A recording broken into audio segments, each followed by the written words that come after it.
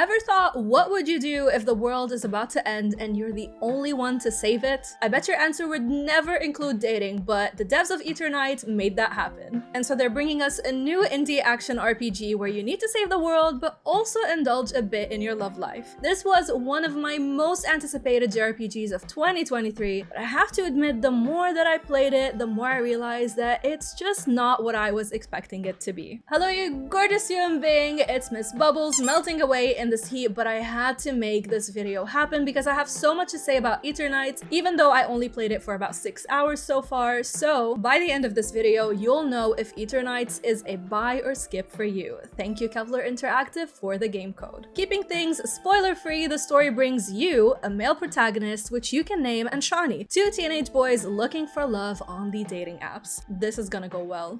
Shani claims to know what he's doing, but really he doesn't. And you're trying to learn the ropes from him, so you set up your bio and even choose your personality type on the app. And just as you land a cheeky date for yourself, the world decides to fall apart because humans have turned into monsters, and plot twist, the apocalypse is here. Due to certain events, again I'm doing my absolute best to keep things spoiler free for you, you lose your arm and it turns into a weapon capable of bringing down these monsters. As you're trying to keep yourself and Shani safe, you run across Yuna, a pop star who also discovers that she has unique superpowers other than making Shani absolutely infatuated by her. So as you learn how complex the situation the world's in, you slowly run into a few more people who have obtained special powers, and you decide to work together so they can become your confidants and you can assign their help on the battlefield. By the way, I don't know if it's called confidant or confidant or what, we're just gonna go with confidant, and then you can tell me that I'm butchering stuff in the comment section as always. Eternights gameplay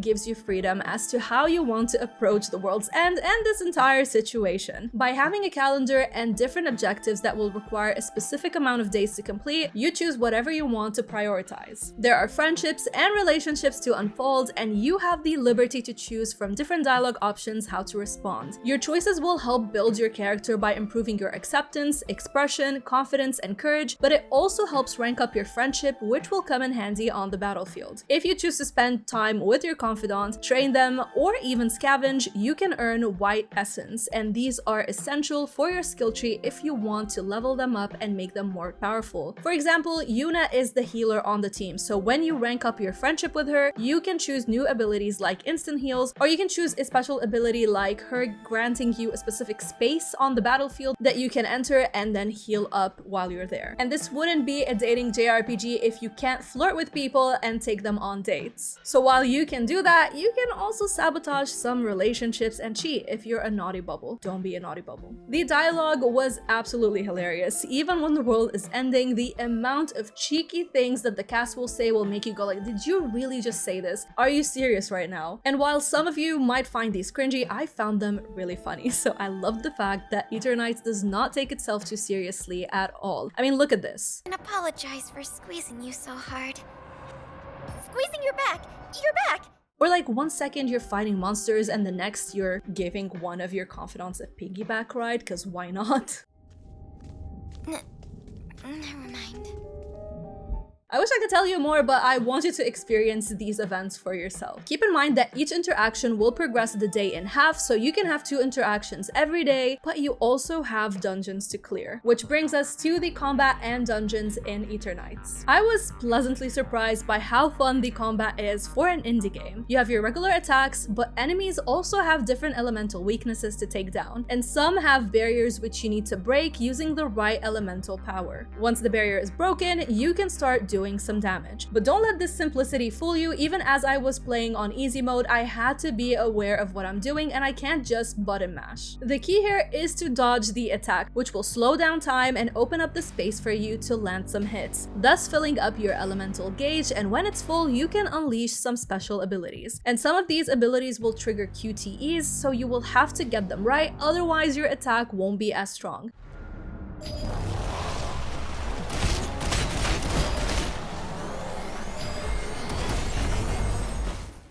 I personally don't mind QTEs in my action RPGs. I feel like it breaks the just repetitive mindlessness of the game and of combat in general, but let me know if you like them or don't. I know a lot of you hate them, so I'm very curious of what you think about them. Now let's talk a little bit about leveling up your character. I like the skill tree that Eternights presents. While it's not the most extensive one that you'll see in an RPG, I feel like it still presents you with some sick moves that you can learn. For example, you can unlock things like the Stinger, or like my favorite, the Death Blow, which does massive damage to the enemy, along with moves like the Whirlwind with other skills that you might pick up. This is so fun to play with, but you will need to rank up your character and gather Black Essence to purchase the skills. As you're exploring dungeons, you gather Black Essence from killing bosses, or you can find them hidden in some corners. So I highly recommend that you look around when you're at a dungeon. Don't just go straight to the next floor. Make sure that you look in every nook and cranny, because you never know where these Black Essences will be hidden. You can also use your Confidant skills at the battlefield, but that will consume SP, and the only way to fill it back up is by returning to the train, which will progress the time. And so I really enjoyed what the gameplay loop is. You are sometimes going to the dungeon, other times you're working on building your relationship with your friends, or maybe developing a romantic interest in some of them. But as much as I enjoyed everything that I mentioned so far, the game does have its flaws, and I feel like they are just pulling me back and they're not letting me experience the game as much as I wanted to. And this is why the title is Eternights is not what I was expecting it to be. And the first flaw, in my opinion, is the puzzles. If you're familiar with my channel, you know that I absolutely hate puzzles. One of the problems in this game in general is that it just doesn't explain things to you. So each dungeon has unique puzzles you need to complete to move from floor to floor. For example, in the first one, you have to perfectly dodge the laser beams to unlock the door, which was pretty simple to figure out. But in another stage, I had to pass the blocks by following the order in which the lights on the floor appeared, and I had no idea that's the case, because when I was doing the first part of this puzzle, I didn't have to think about that. But in the next part, turns out the lights were turning on at different instances, and if it wasn't for me reaching out to the publisher and asking how in the world can I actually solve this puzzle, I would have been stuck there. And so my experience has been a little bit of an anxiety journey, because every time I finally get rid of one puzzle, I'm just thinking like, what am I gonna have to deal with next, and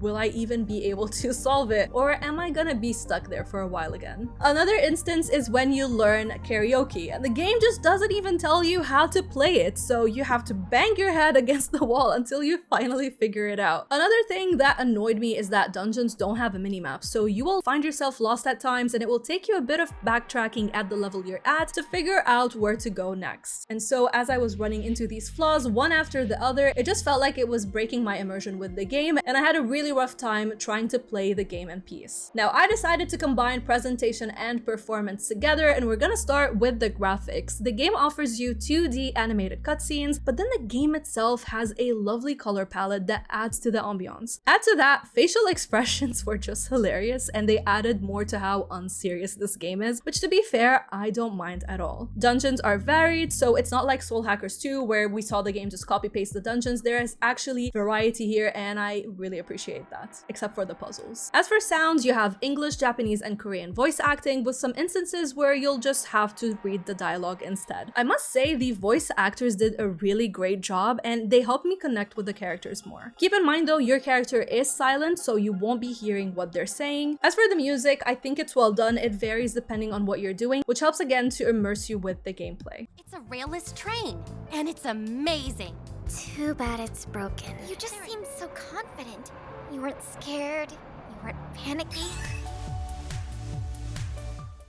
Now, I played Eternights on PC, and my experience has been very smooth. I did not run into any bugs or issues. Loading screens were very fast, so my experience with the game was not hindered by any technical problems, which is always refreshing to see these days, funny enough. So we talked about the good and the bad, but the question that you're here for is Eternights for you? We're gonna go with this game is for you if, not for you if, and my verdict. Eternights is the game for you if you would like to experience an indie action-based RPG with some inspiration inspiration from Persona. So if you love action RPGs and want a little bit of spicy dating in there, you got it. It's also for you if you love some variety in your gameplay, since each dungeon will require you to do different things to progress, and some will need you to do things like memorize different patterns or maybe traverse them while you're being stealthy. It's for you if you love puzzles, because there are a lot of them. And it's for you if you're looking for a less serious game, especially if you played a super heavy game like Final Fantasy XVI, which has left me just like, I haven't been playing any RPG since I finished that game. So if you want something a little bit more chill, Eternights is definitely the way to go. However, Eternights is not the game for you, of course, if you absolutely hate puzzles. If you think this is exactly like Persona where combat is turn-based, because it's not. This is an action RPG, but also remember, this is not Persona. It just draws inspiration from it, so keep your expectations in check. And it's not for you if you usually do not care for building social bonds with your friends in RPGs. As for me, my experience is just very mixed so far. I'm around 6 hours in and the game is 11 hours long without taking into account the new Game Plus mode. And I like that there are different outcomes to see based on my choices, so this definitely adds into the replayability value. The characters are interesting and the witty conversations and banter made me laugh out loud a couple of times, like I'm not gonna lie. The stuff that these characters say are really funny. So I'm invested in how the story will progress from here as well. However, the game's pacing in the beginning was super slow and I have been getting increasingly frustrated by the puzzles. By the time this video is out, wikis will be available so it will help you, but when I was playing it, it just became this anxiety trope of what puzzle am I gonna have to sit through next, or what other new minigame I'm gonna have to face where I have no idea what I'm gonna do. So I definitely want to play this more. I do want to finish it, but I'm gonna need a wiki because I am struggling over here. Are you buying Eternights? Let's carry on the conversation in the comment section. The best part of me making videos is actually seeing if you're interested in these games. Is it gonna be a buy? Is it gonna be a skip? Let me know. And if you're interested in more RPG goodness that you can play this September, check out this video next. It's gonna be somewhere around here or in the pinned comment. Thank you to my Patreon and YouTube channel members who make videos like this possible. Thank you for watching, and a special shout out goes to the games I mentioned: Jacob, Stephanie, Steven, Dark One, and Jake Logan for going the extra mile. Y'all are bubbly awesome.